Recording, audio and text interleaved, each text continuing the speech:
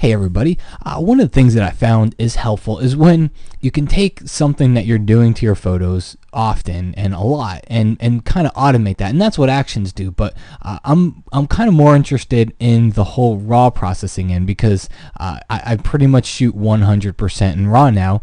And a lot of times, the less I have to go into Photoshop, even to run actions, just the easier and faster things are. So what I want to show you here is how we can kind of come in here and we can take something that we would do all the time and apply it to all these photos. So for example, let's say I take this photo. I'm going to hit Command R on the Mac or Control R on the PC, and that's going to open it up in Camera Raw.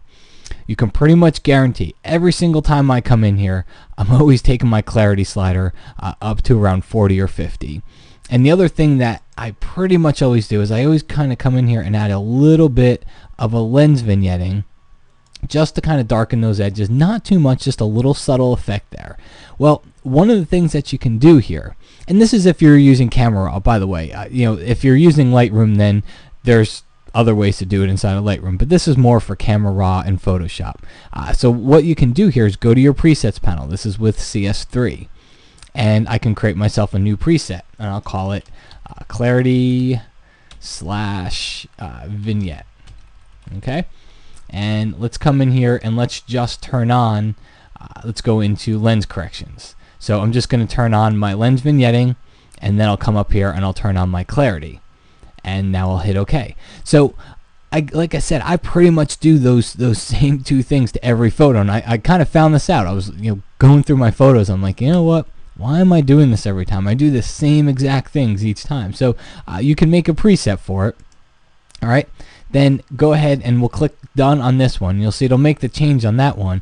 What a lot of folks don't know is that I can apply it to these other photos. Just command click and select those photos.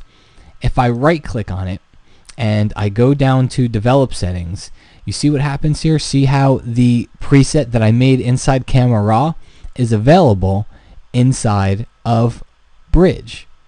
All right, that's pretty cool. Now I'm not copying all the settings, because let's say I went into this photo and I adjusted the exposure and I adjusted a whole bunch of other things too. Well, I could copy and sync up all these other settings, but that's not what I want to do. These might have been taken in different locations, different lighting, but I do know I always do that little clarity bump and I always do that little bit of lens vignetting. So I could select all these, right click on them, go down to develop settings, and in here I can choose the preset, and you'll see it'll update each thumbnail over here, and it automatically applies it to all of them. So it's kind of a really neat trick, and you can do it right inside Bridge. So you get a lot of power without having to constantly go into that Camera Raw dialog box right here in your browser. That said, I do 95% of the time use Lightroom.